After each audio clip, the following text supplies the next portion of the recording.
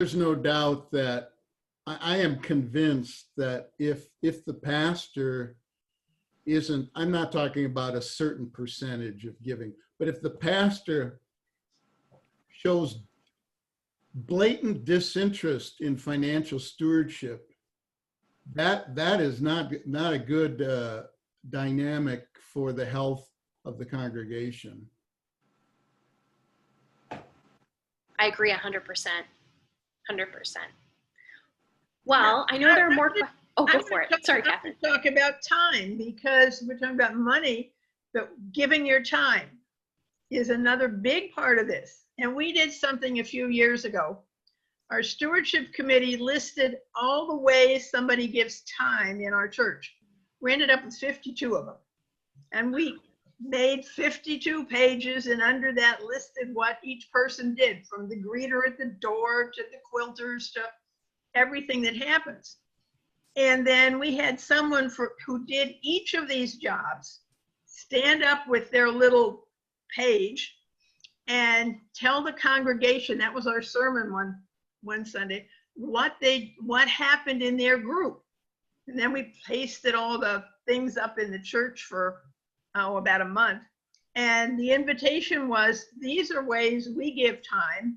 Would you like to come and join us? And we had a few people come and join and take an interest and ask, more than that, ask questions. Well, what do you do when you do whatever this is? And it was a real eye-opener that there are so many ways people give time and you don't think about it. Just standing there every Sunday morning to say hello to everyone who walks in the door. You couldn't move that woman away from the door with a bulldozer. That's her job.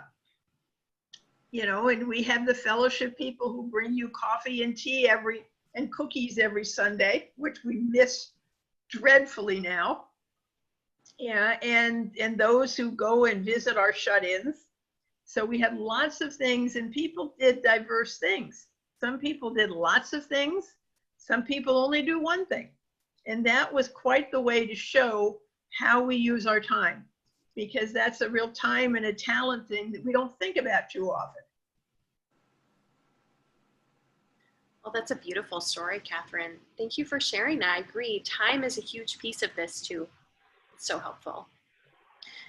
Well, let's move into our next section on proclaiming why. I'm going to stop sharing for a second so I can pull up my next presentation. Take just a moment here.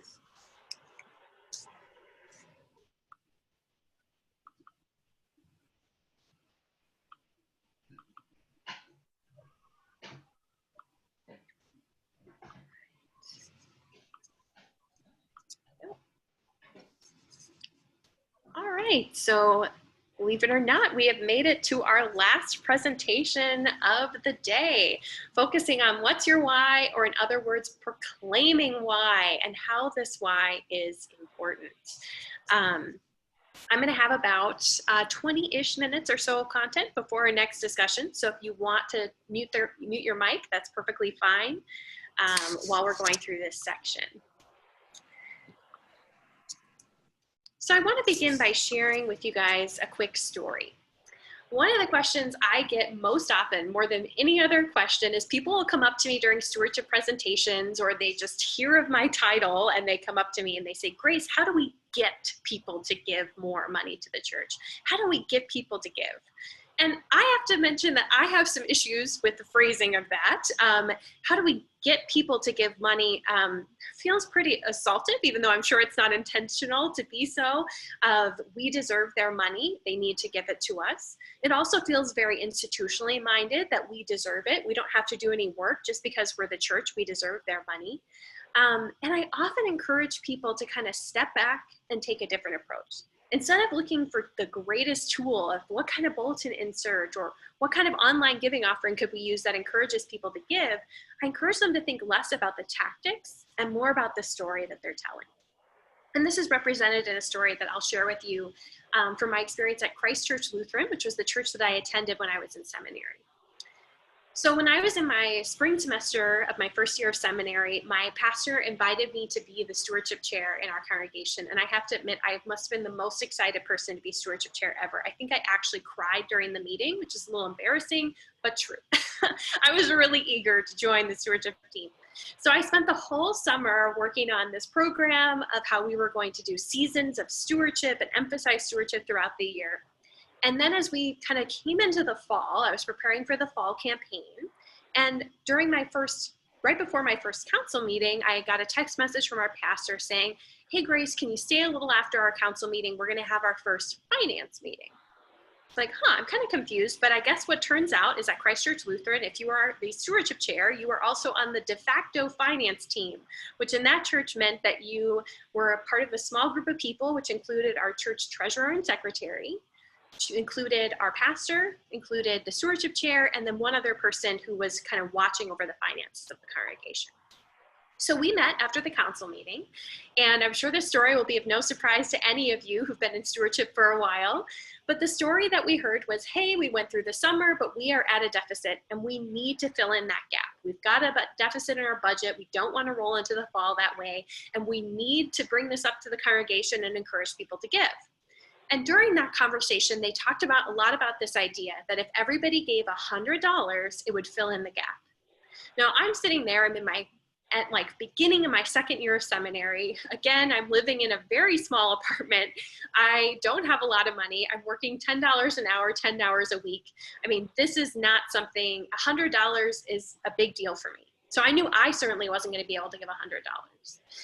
So we drew straws to see who was going to do the speaking to the congregation to tell them about the gap. And I ended up drawing a short straw, and then our secretary treasurer, Melody, drew the other short straw.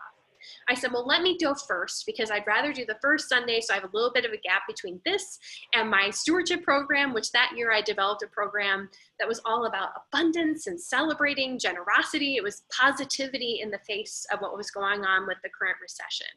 And I didn't want a negative message to be kind of tailed into that great positive program. So I kept racking my brain. What am I going to speak about? How am I going to share this message? Here I am sitting there feeling ashamed that I can't give $100 to help fill this gap. I could give something, but not $100. What was I going to say? And I finally came up with the idea of talking about community.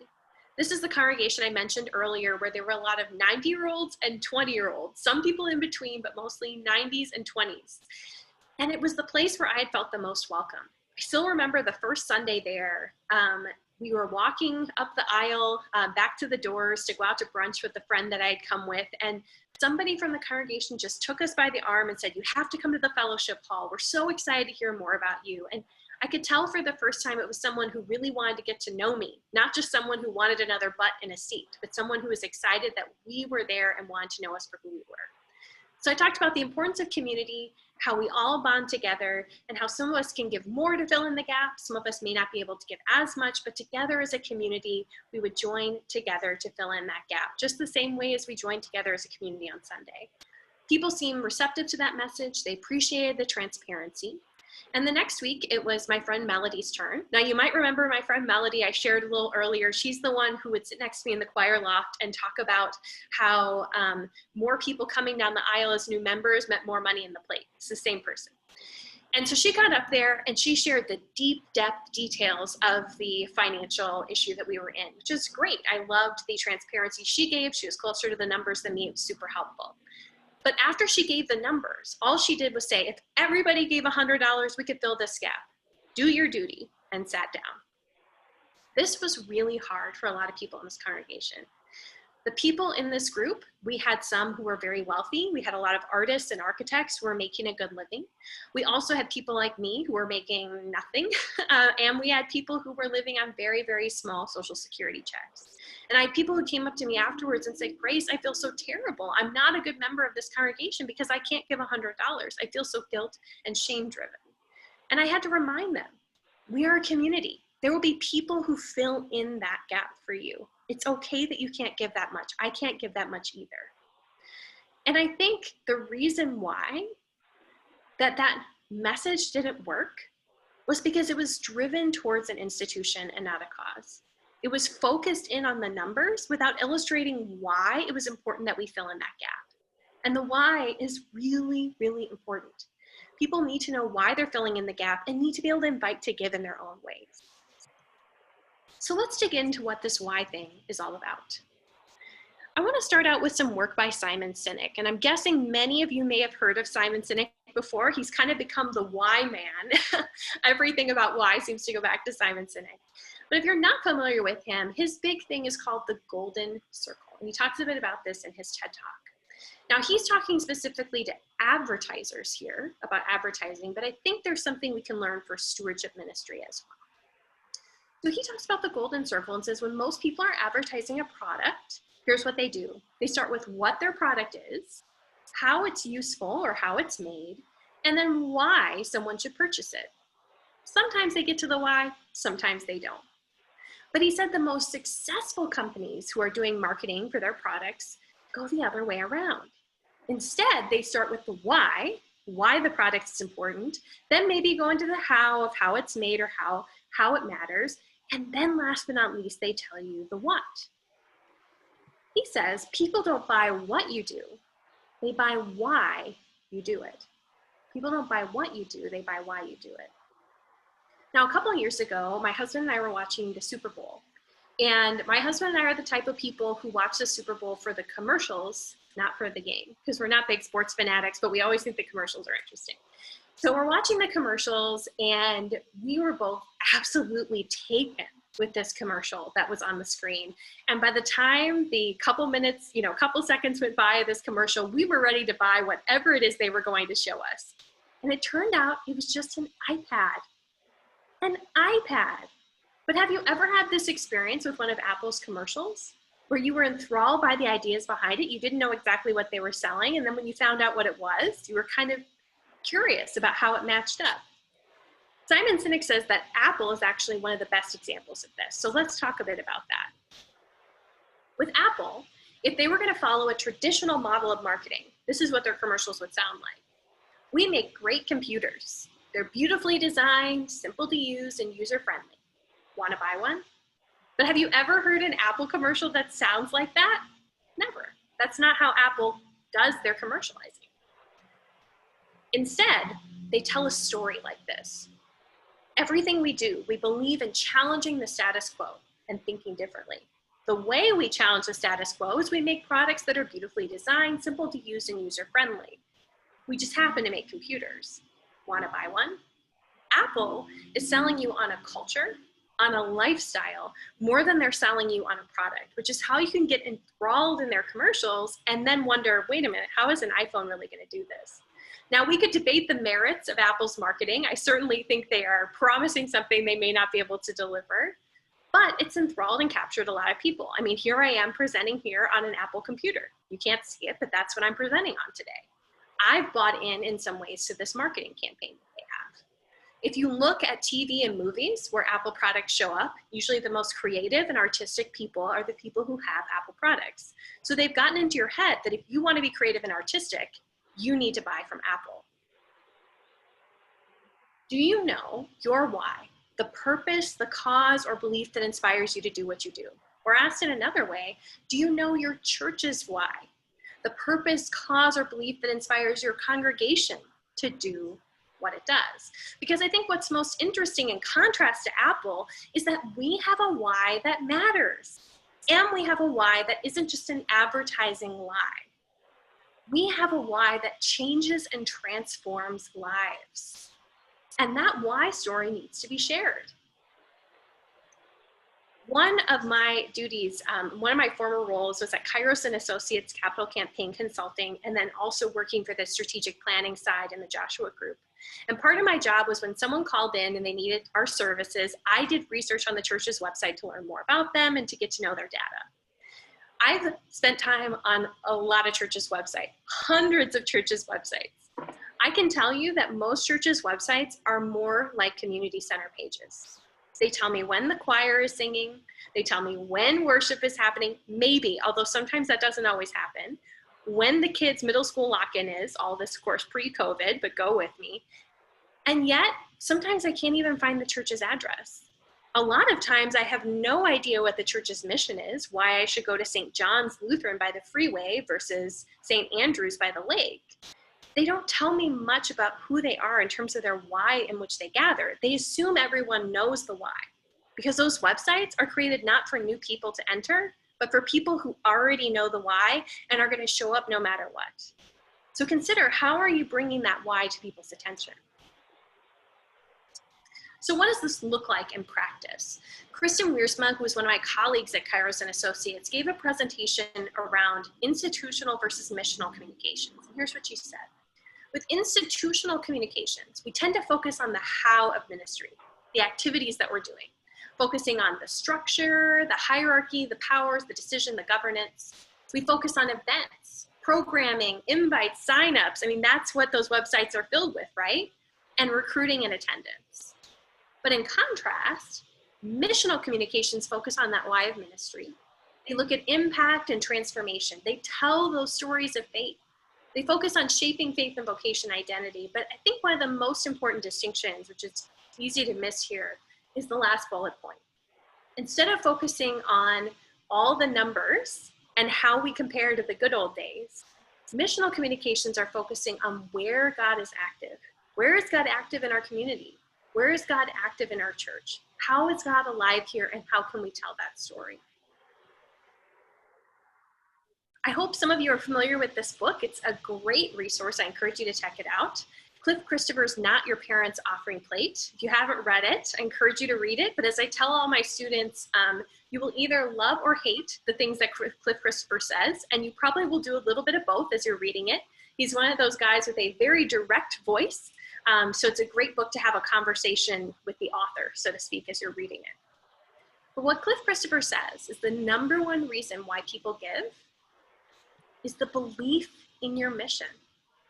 And your mission is your why. They want to believe in the mission that you're doing, not only in your inside of the four walls of your congregation, but outside of it as well. Now, as I was doing this research on why a few years ago and trying to figure out how to incorporate this into congregations, I decided to take a look at nonprofits, because nonprofits often do this work a little bit better than we do. And the most famous nonprofit at that time was Charity Water. Some of you may have heard of it before. Charity Water, the basic definition, is a nonprofit organization bringing clean and safe drinking water to people in developing nations.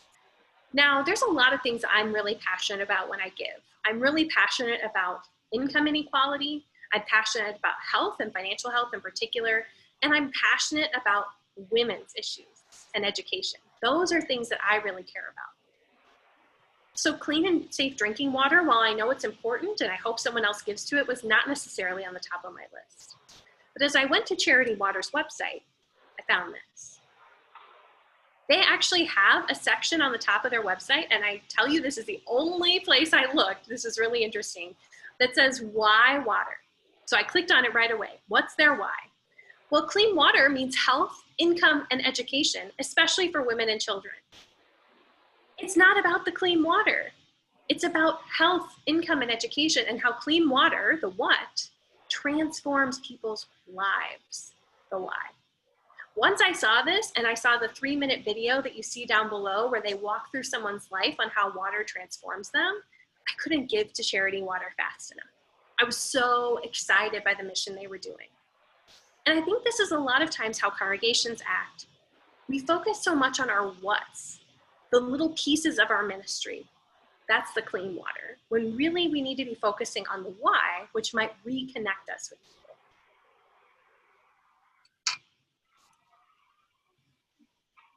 So here's my question for you. Why church?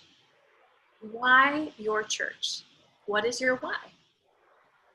Now, like any good millennial would do, I decided to post this question on social media. Now, I have a variety of different friends on social media from all different areas of my life, and many seminary friends included as well. And I posted it about 9 p.m. one night, and when I woke up, I had so many responses. A lot of responses from my seminary friends debating the merit of the question, as to be expected, and then some different really interesting responses from folks. And here are a couple I would share with you. Because the community holds me when I can't carry myself, and because it is a true gift to hold others in community when I feel strong. Because I want to hear that I'm forgiven, that I matter, and that I'm loved, even though at parts of this week I felt unlovable. Even though I'm not so sure about Jesus or God or the Holy Spirit sometimes, there's something at church that connects my story to a story bigger than me. A story my parents know, my spouse knows, a story my great-grandmother knew, a story Sarah, Ruth, and Jesus knew. God's story that keeps interrupting our lives and saturating our lives, all of our lives, all at the same time. Story is one of the best ways that we can share our why. Now, in a couple minutes, I'm going to invite you to share your why. But before I do that, I want to share with you a story from when I've done this presentation before in Northeast Pennsylvania. So in Northeast Pennsylvania, I was doing a Sunday afternoon presentation. We were in a church basement in the Poconos, all sitting on folding chairs. It was a small group just like we have here today. So I decided, why not go around the room and have people share their whys? We started in the back and heard beautiful and engaging stories. And then we got to the front with a woman who had been diligently taking notes all day. She was so excited. And when I got to her, I said, well, what's your why? I'm curious to hear. And she said, Grace, I don't understand. Why are we doing this activity? There's no point to it. People just need to give. The why stuff doesn't matter. I said, okay, well, can you tell me your story? What's your why? She said, Grace, you don't get it. People just need to give. Why can't they just give their money? That's what you do. The church is an institution. You give to it. She was so frustrated with me. I said, okay, we'll try one more time. See what happens on the third try. I said, why don't you set that aside for a minute and tell me what's your why? And for some reason, the third time took. And she sat back for a minute and she thought. And she shared something quite similar to what you see on the top of the screen. She said when her husband passed away, this church community was the one that cared for her. It was the one who held her as she grieved and the one who supported her. Kind of like you were talking about earlier, I think it was you, Giselle, of just kind of that list of people coming over and assisting you in the midst of what you needed done. And in that time, her community held her until she felt strong. And she was excited. The reason why she gave, the reason why she attended this congregation is she was excited to care for others in the same way that she'd been cared for. I said, have you ever shared that story with your congregation? Have you ever told people about that? She said, no, I've never shared that story. I said, well, you need to go back and tell people. They need to know that experience. They need to know what's motivating you. And if you are the stewardship leader in your congregation, which I know so many of you, if not all of you at this call are, people need to hear your story. They want to know what motivates you to give and why this church. What is the why behind it? So let's talk about the importance of story. Philip Pullman says, after nourishment, shelter, and companionship, stories are the things we need most in the world. Jennifer Aker, who's a social psychologist who actually studies story for a living, says stories are meaningful because they are memorable, impactful, and personal. Now remember, impact was that word we kept using in the last presentation.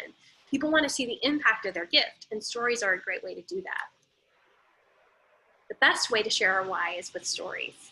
Stories are powerful. They remind us who we are as people of God today. As the UCC would say, God is still speaking. It's one of the ways that we name God's presence in our world. When for so many people, the Bible can feel like a story that was written 2,000 years ago that doesn't apply, these stories from our own personal lives bring God to life. And last but not least, the number one motivation for young adults to give is an inspiring story. So if you want to connect our last presentation with this one, that's a great way to do so. So I want to hear about your why, and I'll give you a couple minutes to write it out. I want to hear your why.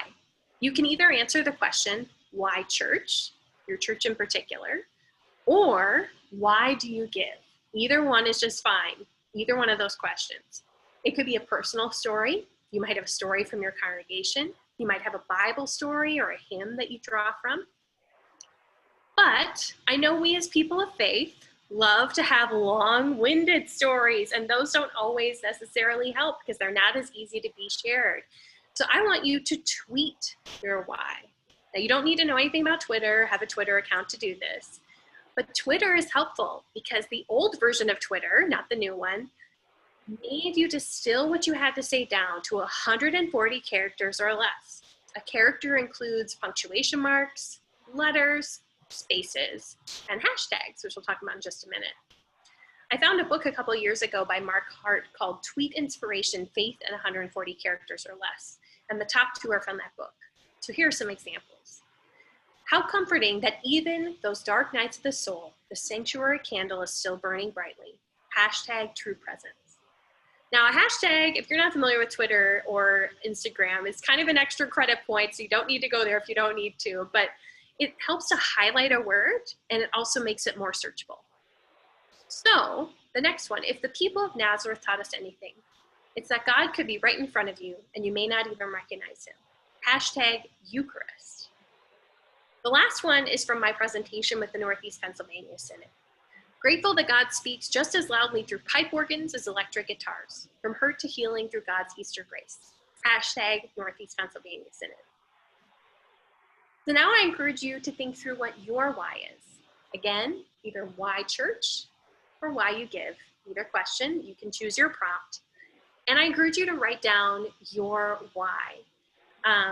Just think it through, and then I want us to share them together if you are willing to do so. If for some reason your why is too private and you don't want to share it, just let me know. I certainly don't want to put anyone on the spot in an uncomfortable way, but I think telling our why stories to one another is a great step before we start telling them more broadly in our congregation. So I'll give you guys a couple minutes to write out your why, and I will develop a new one for myself too during that time. Any questions? All right, I'll let you keep working on it. Jim, you have a question? Oh, do you want us to type it into the chat function, or are we just going to share if we so choose to share it? I think good question. Let's wait and share them together. And then Jim, if it would be helpful for you from the Synod standpoint for us to share them in the chat, we can certainly do that too. Not necessary. I just thought I'd ask. No, it's a great question. Yeah, that's fine. We can verbalize it. We feel led.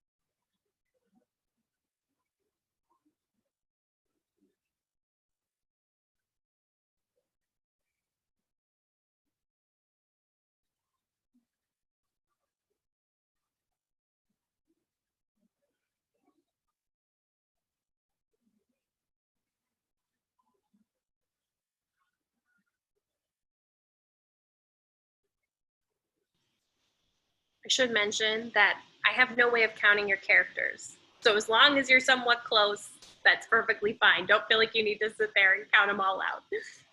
I'll run back to that slide where you see of the link.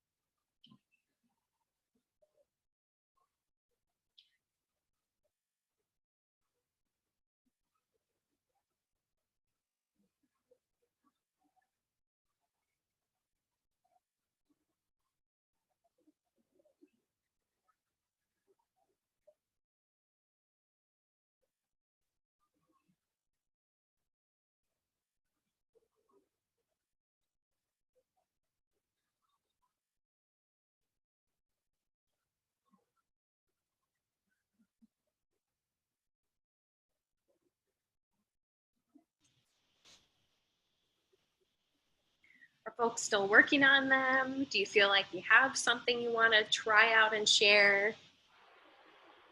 Maybe kind of raise your hand if you need more time. Michael? Kathy, do you need more time? Nope, I'm good. I'm ready. Good. You're ready, Michael? Okay, great. Well, let's, if you're willing to share, I'd love to hear what you have to share.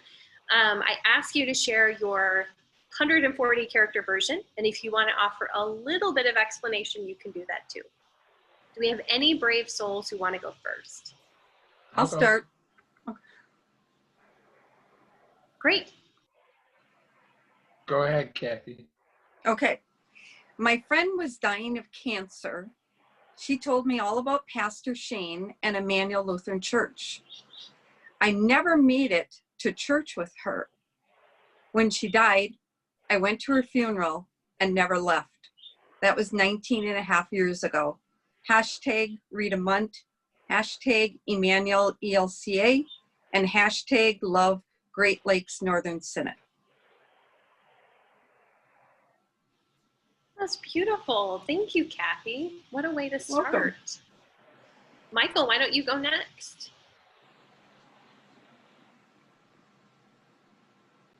Surely. When I fall down, the Lord lifts me up, dusts me off, and says, try again. Then I am able to lift others up in the same way when they fall. Hashtag, you lift me up. Beautiful. Thank you for sharing that. Others who want to share? I will go next. Can you unmute me? We hear you, Ralph. Oh, you hear me, great. I hope that our church is a place where we teach and preach a message that is different from our culture. I hope it's a place where our youth feel safe and are given a foundation. I hope it's a place that we take care of our members through grieving and through hopes and dreams. I hope it's a place where we reach out to our neighbors, to the hungry, to those that need quilts and clean water, through the Synod and the ELCA. And the why is not because we have gold steeples or are sealing the brick.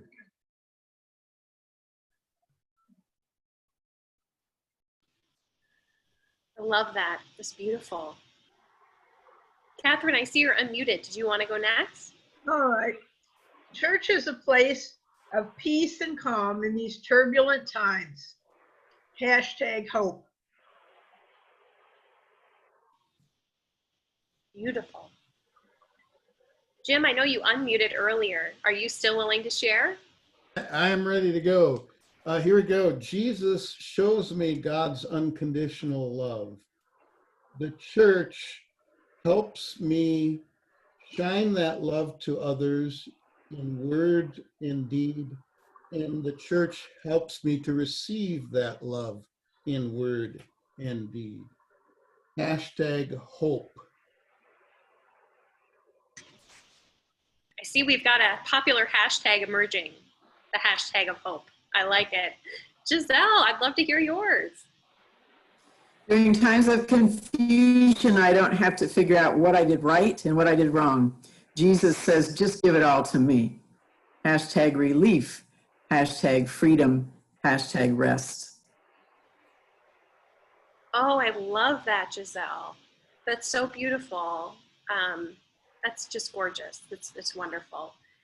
Mine is a common table where we can connect, question, and be sent out as agents of God's love. Hashtag Tree of Life. That's my church I attend down here. So you begin to hear how some of these stories emerged. When I did this a couple years ago with the Northeast Pennsylvania Synod, we did it at their Synod Assembly, and everybody wrote theirs on a Post-it note. And besides a couple of snarky Post-its, which were out there, I hate activities in Synod Assembly, hashtag never do this again. was a real one. Others were really helpful. And as you can probably imagine, Jim and others, like when you have a whole wall in the back of an arena that is full of this, you begin to hear stories of what your synod is about, not only what your church is about. So it was incredibly exciting. And I think already here, you know, we're seeing some themes emerge, which is really, really empowering. I did this activity, I think it was last year or the year before, I can't remember, with folks from the Texas Presbyterian Foundation. And those folks all seem to know each other really well. They flew me down to Texas for a day of presenting with them. And I honestly felt pretty left out. These folks knew each other well, and I was just there as the guest speaker. And when we got to this why part, it was mostly pastors in the room. It was not a lot of lay people. We began to share deep stories. We kicked it off with the story of someone, a pastor whose son had actually had a serious medical issue on his first Sunday of preaching and actually had to leave the congregation in an ambulance on the first day of the pastor being there. They found out over the course of the week that the son had diabetes. And the next week, the elders and council came to the pastor and said, "You don't need to preach your second week. We understand if you need space and patience." And the pastor said, "No, I want to preach." And so he came to the pulpit very vulnerable, said he had more questions than answers, and invited the congregation to pray for him because he didn't even have the words to pray for himself and his family in that moment. And the leaders of the congregation came to his office later, and he was honestly worried he was going to get kicked out of the pulpit and kicked out of the congregation for saying something like that. And they were so grateful. They said, "This is church. We are here to lift each other up, and we are so grateful you are willing to let us into your family's experience, especially being so new, and that you challenged us to pray for us when you can't pray for yourselves." And he said that's how he came to his why. It's the community that holds us up when we can't hold ourselves up. And then we heard a story of a pastor who came to be a pastor because he nearly killed himself and met an Episcopal priest while he was in the hospital recovering in the psych unit. And that person changed his life. We heard a story of someone who had his real Good Samaritan journey. He was washed out in a Texas flash flood and ended up sitting on top of his car in standing water. And a Baptist, of all people, came to pick him up and took him home and actually let him stay for over a day with his family until he could get on his feet again. Now, as I mentioned, this group knew each other really, really well. And I said to them, well, these must just be stories you've all shared with one another before. It must not be anything new. And I looked around the room, noticed everyone was in tears from these beautiful stories, and realized that these folks had never shared these deep memories with one another. So I encourage you to open up this conversation in your congregation, to open it up in the synod if you haven't already, to be able to allow people to share these stories of why, to get into the deep, powerful, vulnerable stories that lie behind it. It will allow you to do one of two things. Well, actually three. One, distilling our whys down helps us to get closer to what our mission of our congregation is if you don't already have one. Number two, it can help us to share stories of how God is alive in our world. And number three, it reminds people why stewardship is so important. It can help connect those dots for folks. So let's continue on, talking about how we can use these whys. Right? Honestly, I think about our stories, and particularly our why stories, as part of this treasure that we have in clay jars. It's an extraordinary treasure, but so often we keep it hidden, we keep it bottled up. We don't know how to share it with one another in vulnerable ways. And it's a gift that we have to steward that we don't usually let go of. These stories can help us do so much. They form the foundation of our church's mission. They can be a key discernment tool in helping us to see, is our money usage aligned with the mission of our congregation? And then beyond that, it can also help us to tell our stewardship story in our congregations. This gets the narrative budget piece that we were talking about earlier. Sharing the why. I encourage you to invite people to share their whys in your congregation. You could do this in a couple different ways. You could invite people to do this during the offering time in your worship service online. So even if it's video recorded, you could invite people to share their why stories with one another in the chat section, or maybe even to share it on your church's social media page if you have one. Invite people to share in committee meetings. This is a great thing to bring to your next council meeting or stewardship team meeting. Do, for the introverts in the group, give folks the opportunity to think about it in advance so they aren't put on the spot, because they may not have an idea right away. You can do this in worship. Again, like I said, in the offering time, it's a great opportunity to say, just share with one person if you're meeting in person. Turn to a neighbor and share this story. People could do it in small groups. This is also something you can feature in the bulletin and newsletter. So once you've combined and kind of brought up all these stories, find ways to share them. I encourage you to make this a moment of missional discernment. As you begin to hear these why stories, if you don't already have a mission in your congregation, and now I should say, when I'm thinking about a mission, I'm not just thinking about something that's written on a tapestry in your fellowship hall or gracing the top of your congregational documents, but something that is the living, breathing mission of your congregation. This can be a great way to get started. Something that invites you to ask, who are we as a congregation? Who has God called us to be? How does this connect to the neighborhood God has planted us in? What is the Spirit already up to where we're planted? And what's our mission? Those are some great questions to help you frame it. But I encourage you to really sit down and think about what that mission is, because that mission is what drives stewardship. Now, I should acknowledge this is a conversation I'm having with my congregation now. My husband and I, we sold our home last year and moved into downtown Minneapolis. I attend Tree of Life, and I've only been here a little while, but have kind of become the de facto stewardship chair because of my work. And they were asking, how do we grow stewardship in a New Start congregation that's very small? We have a different type of model. And I said, we have to get back to what our mission is. If we don't know what our mission is, both inside the walls of where we meet, but also outside of it, we can't really begin to talk about stewardship in a really clear way because people don't know what they're giving to.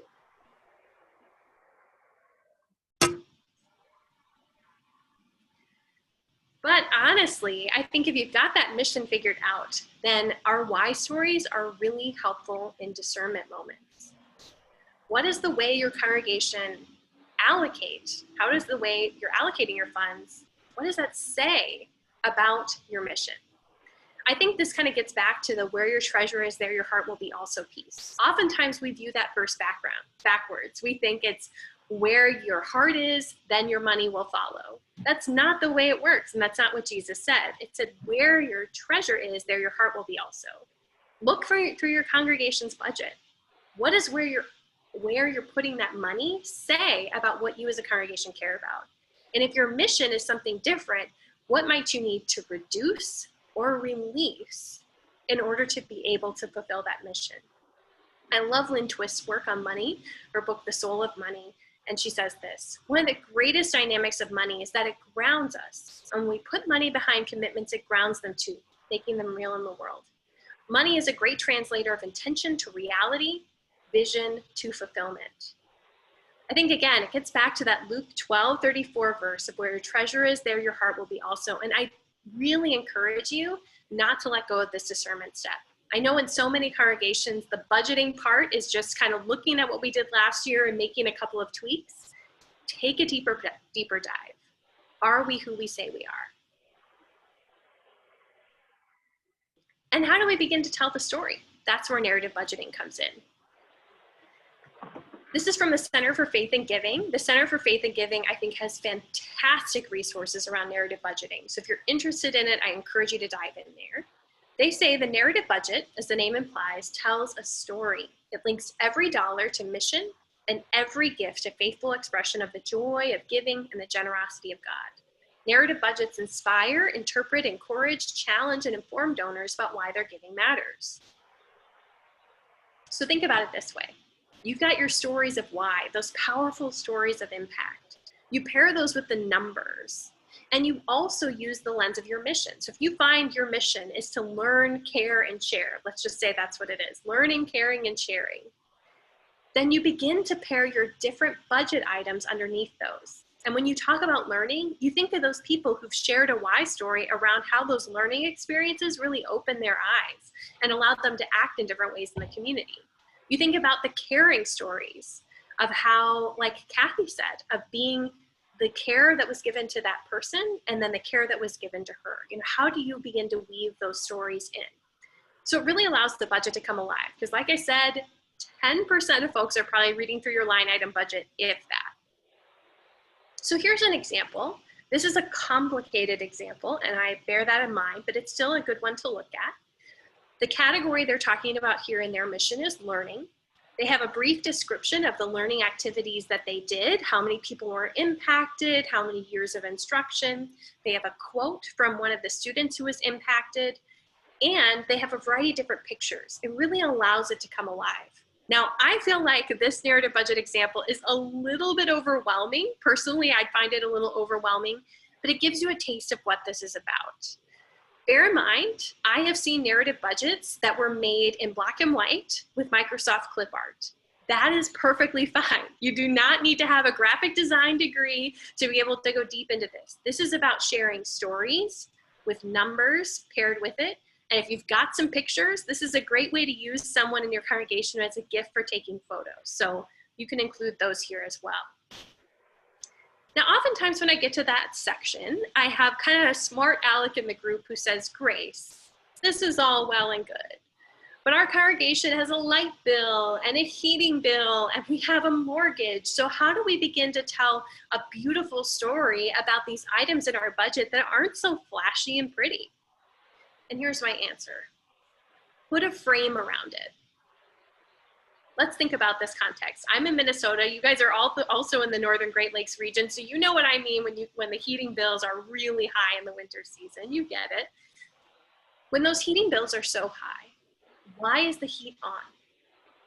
What ministry is happening because the building is heated? Same with the light bill. Why is the light on a Tuesday night?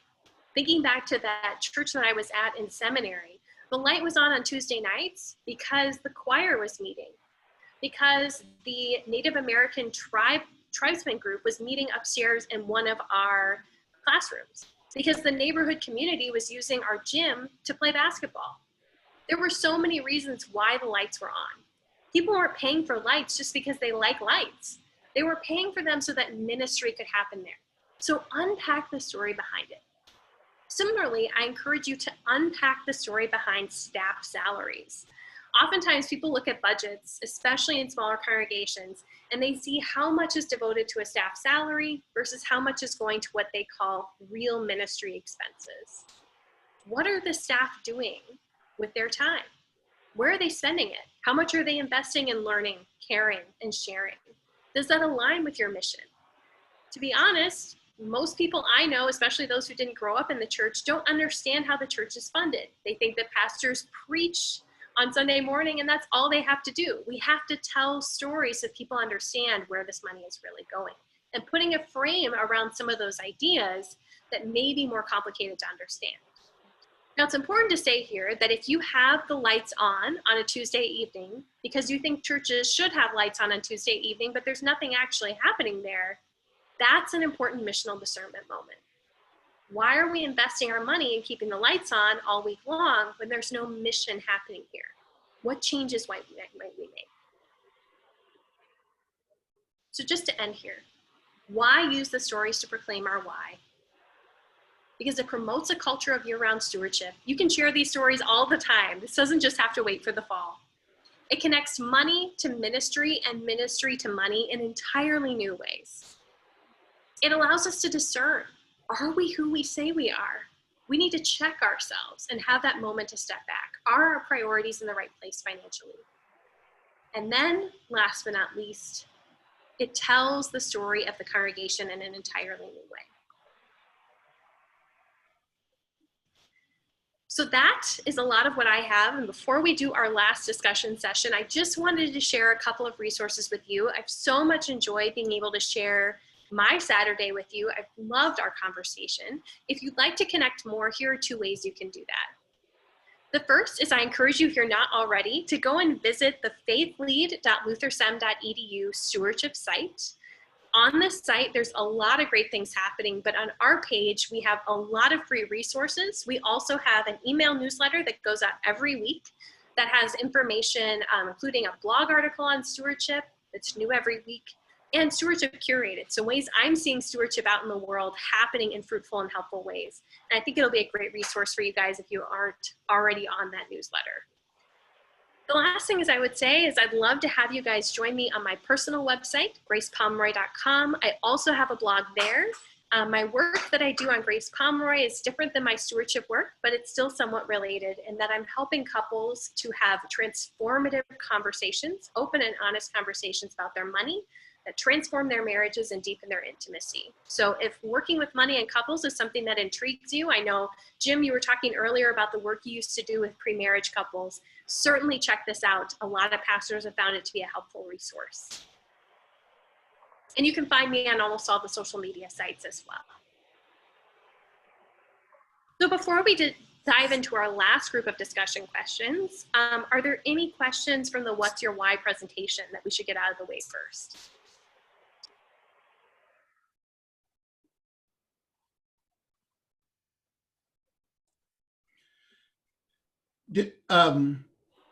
I obviously I totally buy into and believe the power of the why question, and it seems like institutionally we in the Lutheran Church have to deconstruct almost our preconceived notion of the evils of testimonial. We dare not speak of ourselves lest it come across as boasting. That's what Baptists do. We really have to deconstruct that mindset and be with, and it doesn't, and to allow people the freedom to say, it doesn't have to be a profound theological treatise. It's just, it's what gets you out of bed in the morning, and why are you still around this church community? There really is a reason. And most people haven't had the opportunity to state that reason. So it's powerful. Yeah, I agree. Some deconstruction definitely needs to happen in order for us to be available for that. Michael, did you have a question or comment?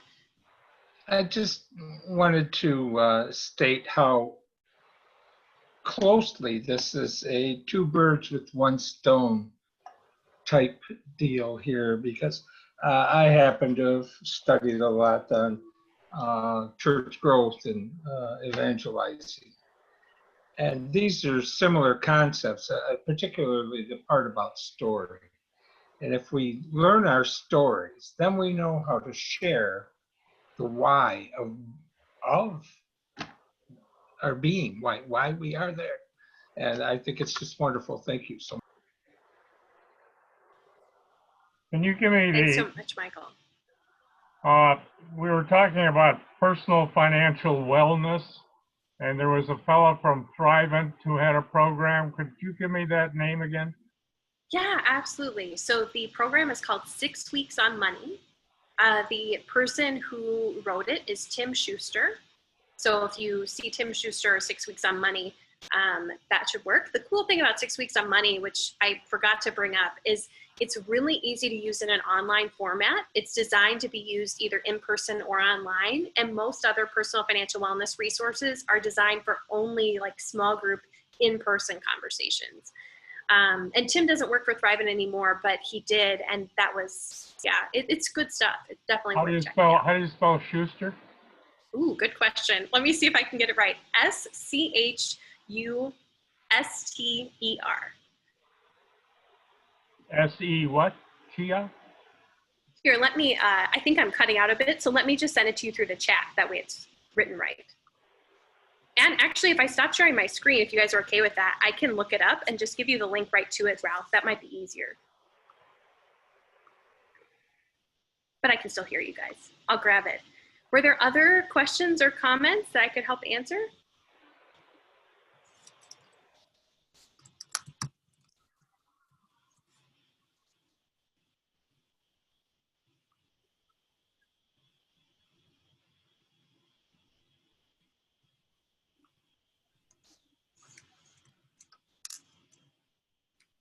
All right, Ralph, I got it for you right here. Add it to the chat box. You should be able to go right on over there. And we also recently did an article on the Stewardship Leaders website, and I can put that in here too. That was an interview with Tim Schuster, and he shared about 6 weeks on money and the theory behind it.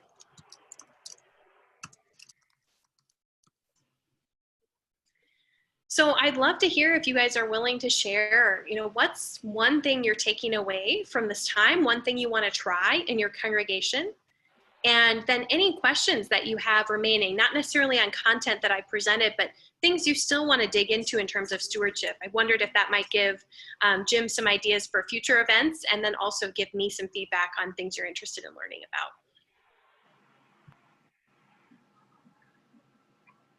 Well, I'm interested in trying that narrative budget.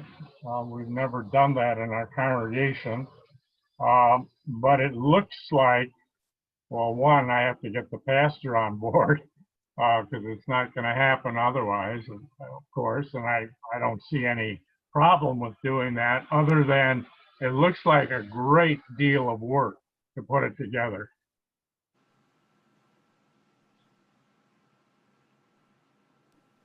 Yeah, Ralph, as you're doing that work, Faith and Giving, Center for Faith and Giving has great resources. Cliff Christopher, if you have the Not Your Parents Offering Plate book, he does talk about missional budgeting. It's the same thing. So he also has some work on that. But Center for Faith and Giving has a few examples so you can see everything from the rudimentary Microsoft Word put together one all the way up to somebody who uses a full-time graphic designer. I'll see if I can pull up that site for you too and add it into the chat. What else are folks looking to try, and what other questions do they have? I'm intrigued by the possibility at Synod Assembly, or as we're in the pandemic time, we're having occasional synod-wide online worship services, as I referenced before, to invite that why question. And I love just the fun of hashtag, the 140 characters are left, hashtag. People are amazingly creative. I know I tend to underestimate my creativity, but actually give me a chance, I can be creative. And people like the ask more than you think. Yeah, and it's really fun to see the themes that emerge. I mean, even in our small conversation, we saw hope emerging as a primary word. And when you've got a lot of people, it's really fun to see, oh, love, that's what our church is really about. So how do we build our mission around that key word that so many people seem to resonate with? Here's a real, the power of metaphors. Our Synod Assembly was supposed to be Thou My Vision 2020. And the whole year 2020 has been the antithesis of clear vision. But maybe that's exactly what God has to teach us. We walk by faith. And so our bishop does really lift up. We don't have all the answers going forward, but ask questions, the power of the questions, the power of the story. All good. I love that. I'm sure folks are getting pretty zoomed out, so I don't blame you. But if anybody wants to share their next step before we end, I'd love to hear it. If not, I understand. What I'd like to tell you, Grace, is I took 14 pages of notes. Plus, I took pictures of all the slides that you had up. And as our stewardship chair, we'll be having our meeting Wednesday at 5. And we are going to put into action everything that I've learned today. I was just amazed by you. I've already sent you a Facebook request, and I'm following you on Instagram now. And I think this is absolutely what I've been praying for. And you are the answer to my prayers. Oh, Kathy, I'm so glad to hear that. Well, I'd love to continue to connect and hear how things get lived out in your context. We always love to tell stories of real congregations living it out in our newsletter. So maybe we can feature you sometime, Kathy. It's great. Oh, thank you. Anybody else before I pass it over to Jim?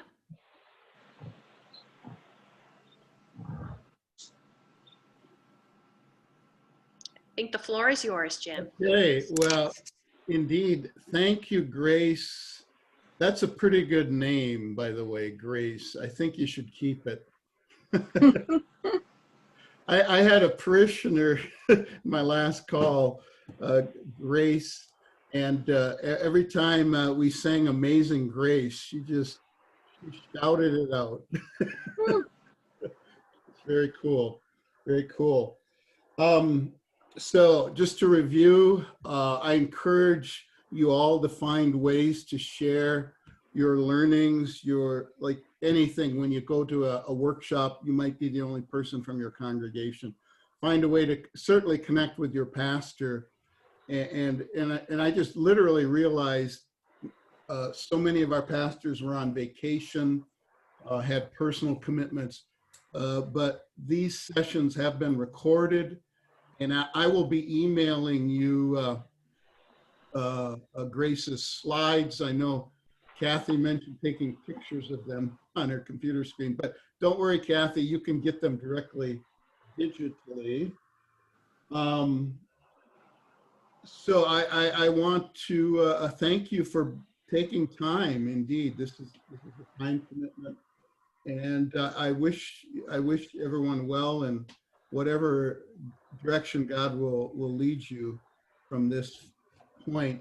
So I'm just going to conclude with a closing prayer, and then we'll say goodbye. But I will ask Grace to stay on. I want to just debrief a little with Grace, our presenters.